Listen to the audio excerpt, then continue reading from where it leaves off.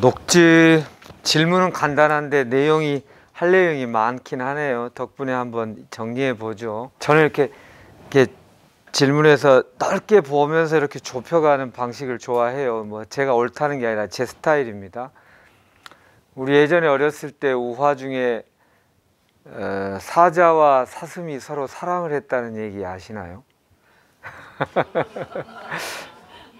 그래서 사슴 아내가 사자 남편을 워낙 사랑했기 때문에 어디 가서 풀을 가져와서 제일 부드러운 풀만 잘해서 이렇게 대접을 했다는 거죠. 사자가 사랑하는 아내가 이렇게 해준 거니까 맛있다 그러면서 먹었는데 계속 먹으니까 점점 힘이 없고 괴롭고, 또 사자 남편은 또 밖에 가서 막 이렇게 육식을 잡아가지고 그 중에 제일 맛있는 육식을 막 사슴한테 줬다는 거죠.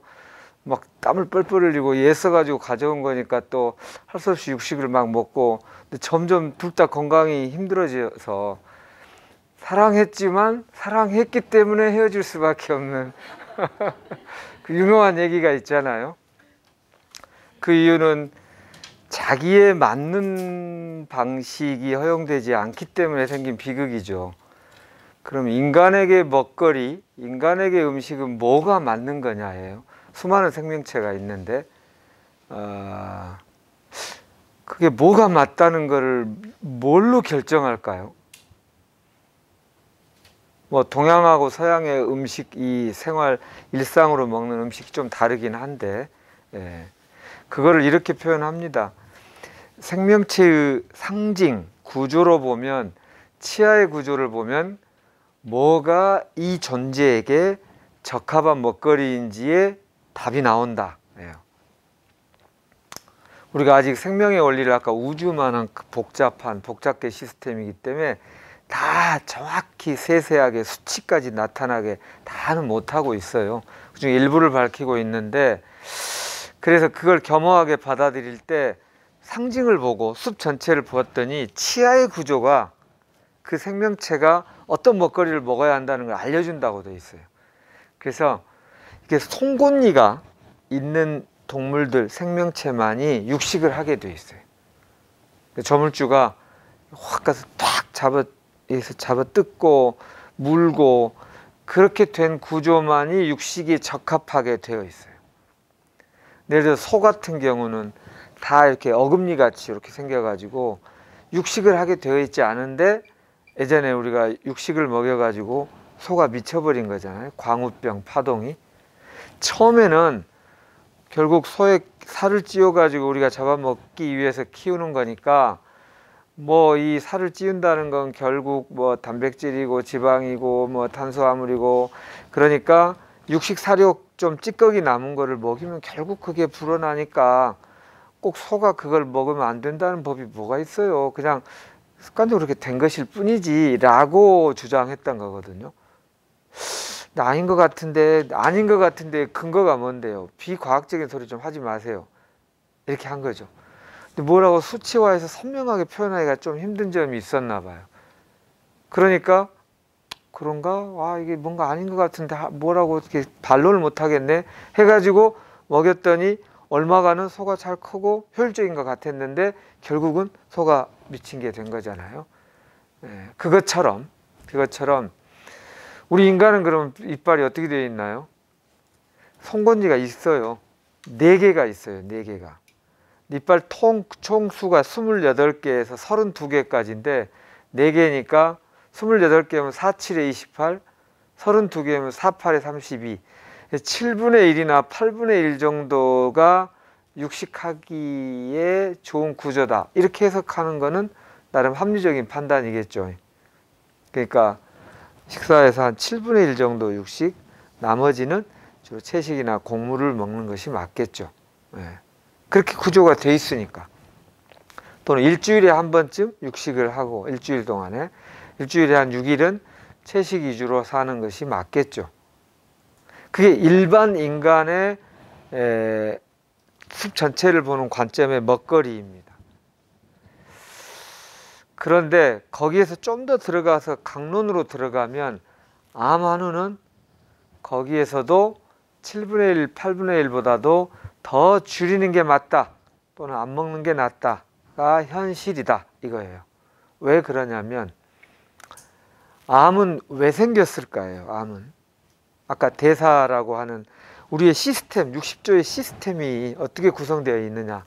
우리가 밝힌 바에 의하면 에너지를 얻고 또 세포를 증식하고 이런 과정을 봤더니 우리 몸에서 암은 왜 생기냐면 여기 한번 볼게요.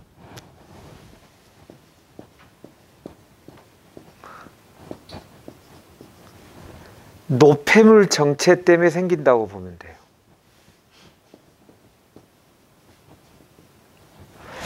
이게 무슨 말이냐면 인간은 다세포 생명체입니다. 고등한 동물들 생명체는 대부분 다세포죠.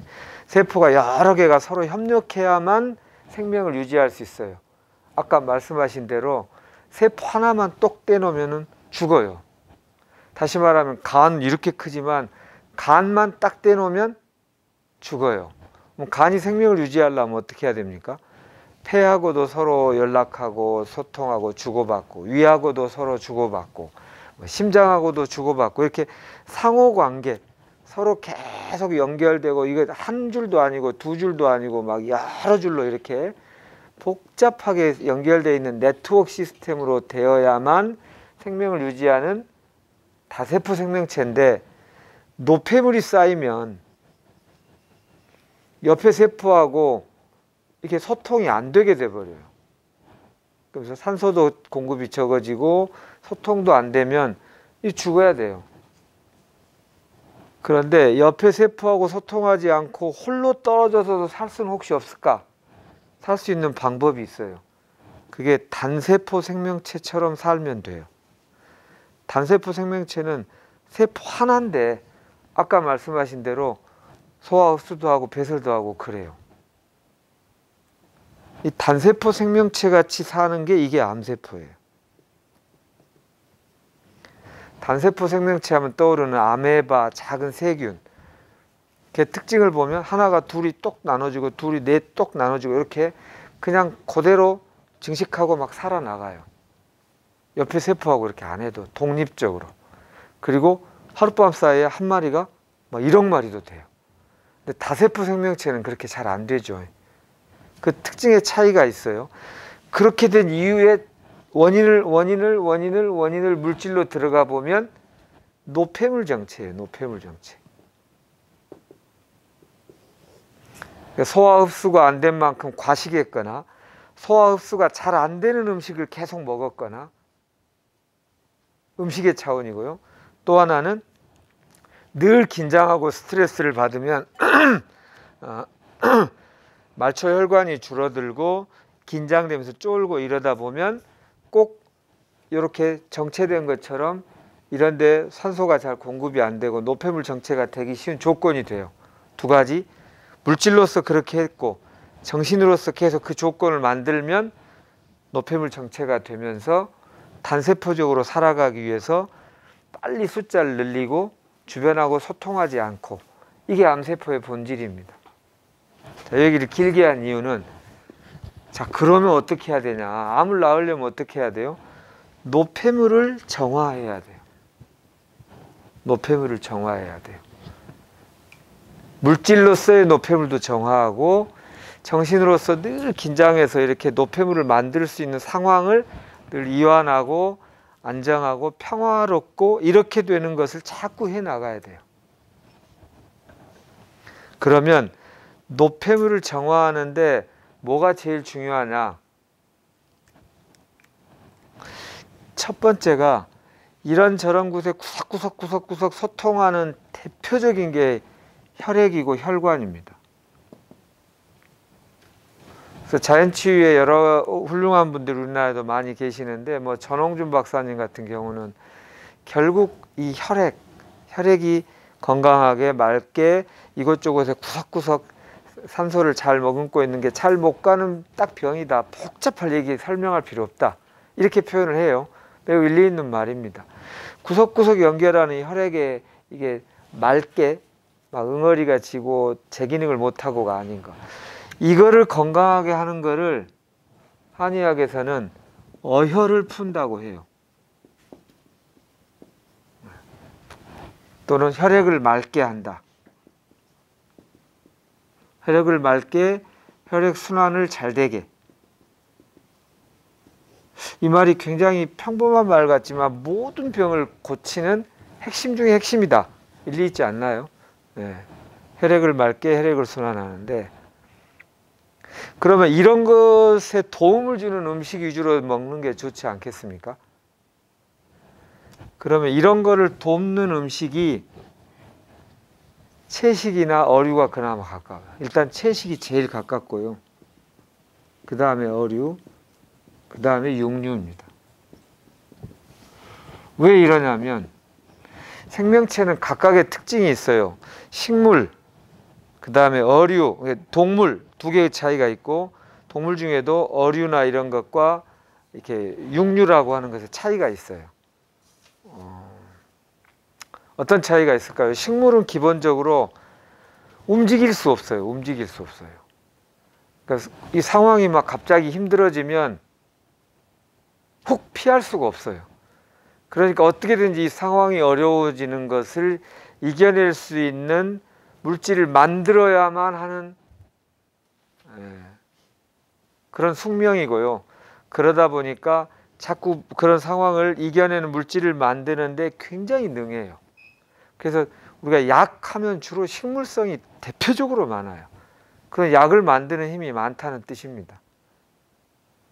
동물은 같은 생명인데도 왜 약을 만드는 기능이 적냐면 웬만하면 피해버리면 되니까. 굳이 내 몸에서 막 약을 만드는 걸 그렇게까지. 그러면 동물은 뭐가 제일 중요하냐면요. 동물의 세계는 육식이 있고 채식 동물이 있는 건데 둘 다 제일 두려운 게 피가 났을 때 지혈하는 기능이 첫 번째로 중요하다고 되어 있어요. 야생의 세계에서. 우리가 상처를 입어서 우리 몸의 혈액이 그렇게 중요한 작동을 하기 때문에 내 체중에 뭐 한 10% 정도가 출혈이 됐다. 우리는 죽어요. 피가 그렇게 중요합니다.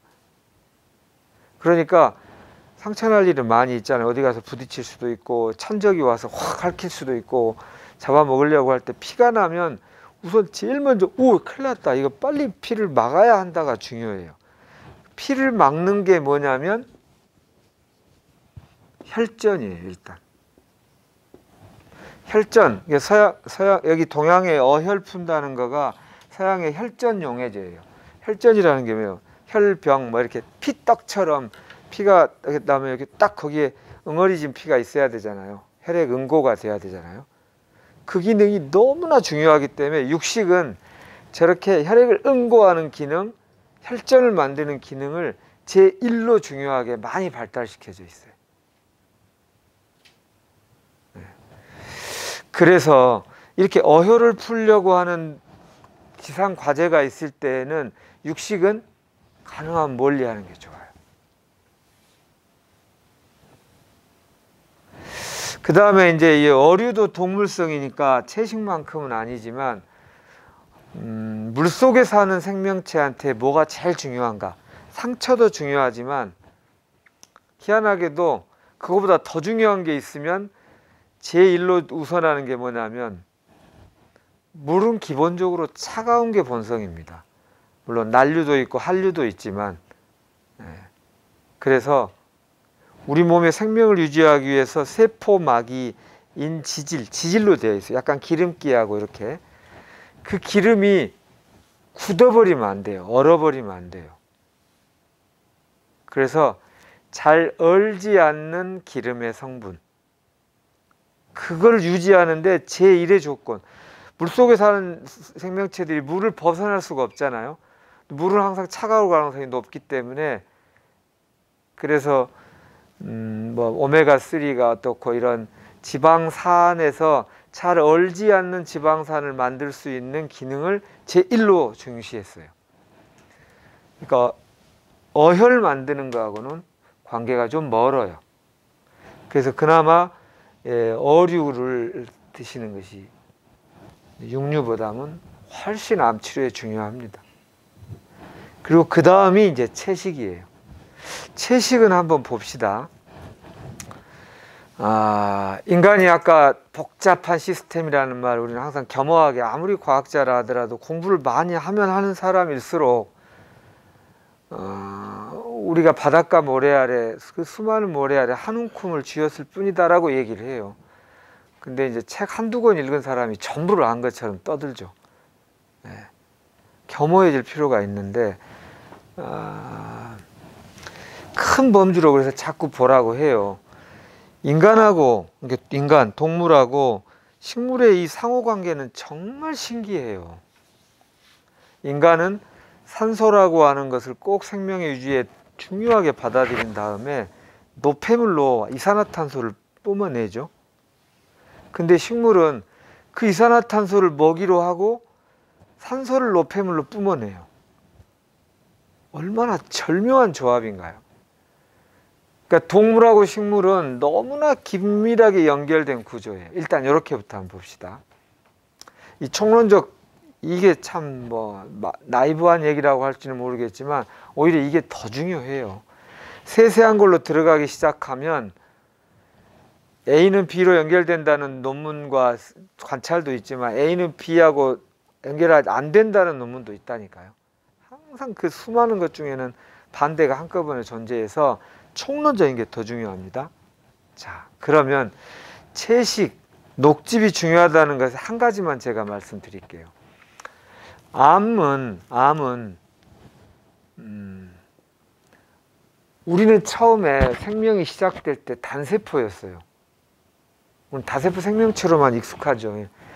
근데 우리 기억력이 무지 좋은 분은 기억하실지 모르겠는데 엄마 뱃속에서 배아였을 때 기억 잘 안 나시죠?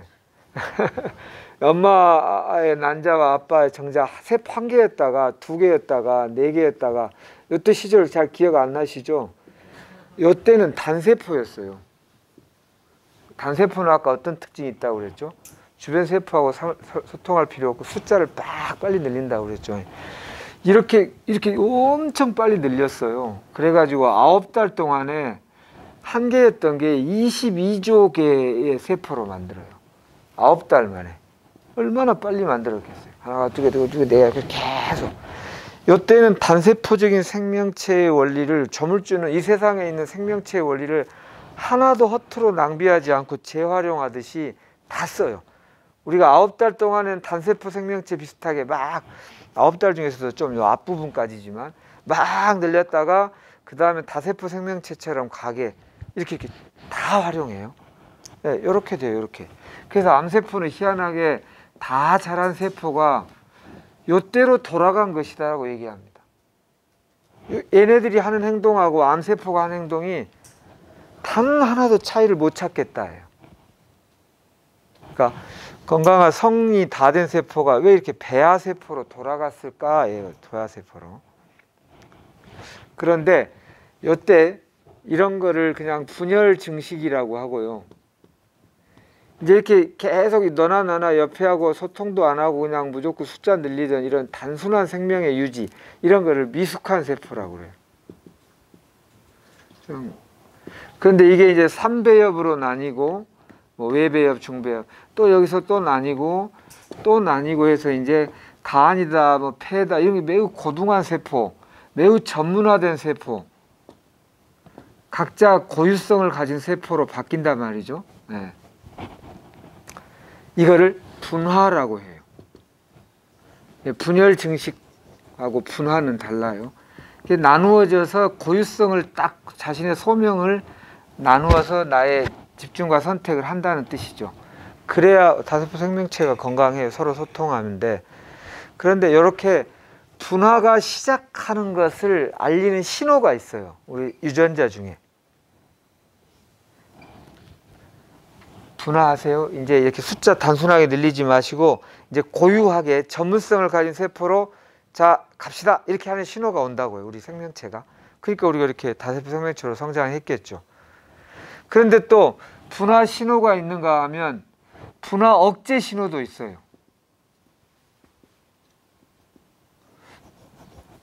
분화 억제 신호는 왜 있을까요? 지금 이미 다 커갔는데. 왜 있냐면 상처가 났을 때 한 번에 한 1억 개 정도가 손상이 되면 세포가 얼른 이쪽에 이 시스템을 활용해서 하루 이틀 만에 1억 개가 빨리 확 만들어지기 바라기 위해서, 그럴 때는 상처가 났어? 잠깐만 그쪽 부분에 분화 억제 신호를 넣어, 이렇게 돼요. 분화 억제를 신호를 넣는다는 말은, 다시 말하면 단순하게 분열 증식하는 단세포 시스템을 받아들여, 이 뜻이에요. 그러기 위해서 분화 억제 신호를 넣는데, 분화 억제 신호가 ID1이라는 세포가 있어요. 이 D가 뭐냐면 분화라는 말에 differentiation. 달라진다는 뜻이죠. 분화된다는 뜻이에요. inhibit라고 그러죠. 억제한다. inhibit of differentiation 1이라고 하는 이 ID1이라는 것이 발행을 하는데, 저게 탁 나와요. 근데 암세포가 요거하고 똑같은 방식으로 가는데, 이 ID1을 억제하는 대표적인 게 녹황색 야채예요.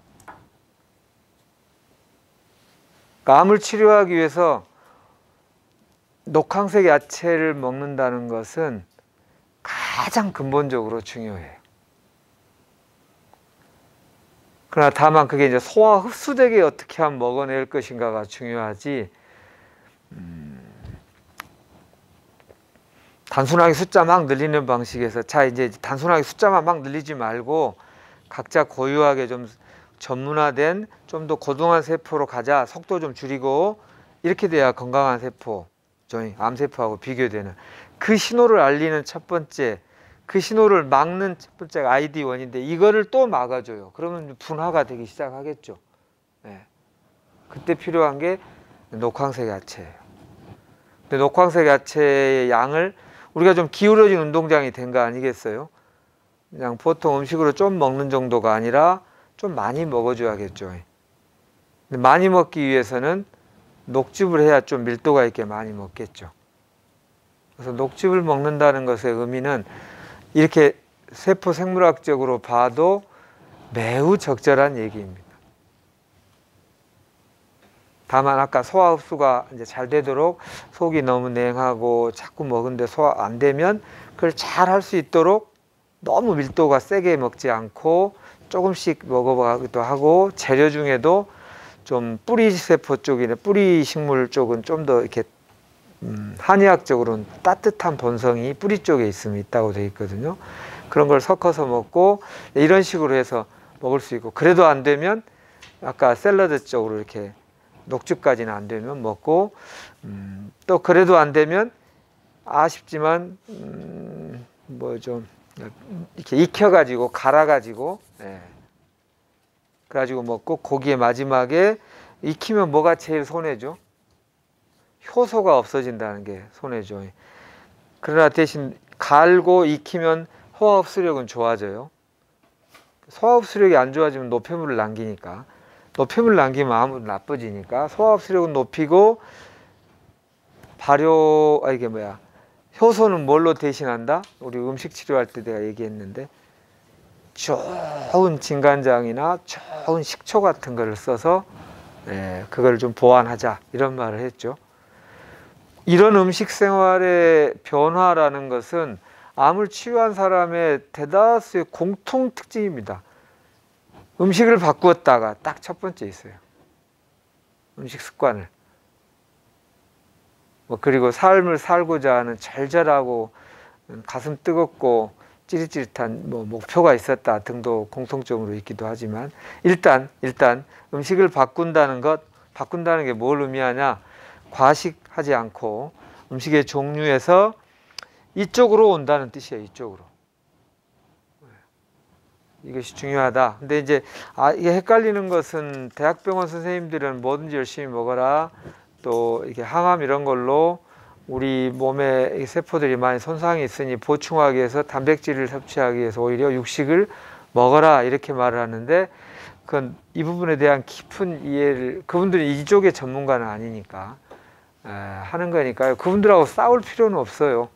아까 말씀하셨듯이 지금 그분들의 전문 분야에 있어서 우리는 도움을 받는 거니까 거기에 대해서 감사를 하고 잘 그 사람들의 전문성을 존중하는 멘트도 하자고 그랬잖아요.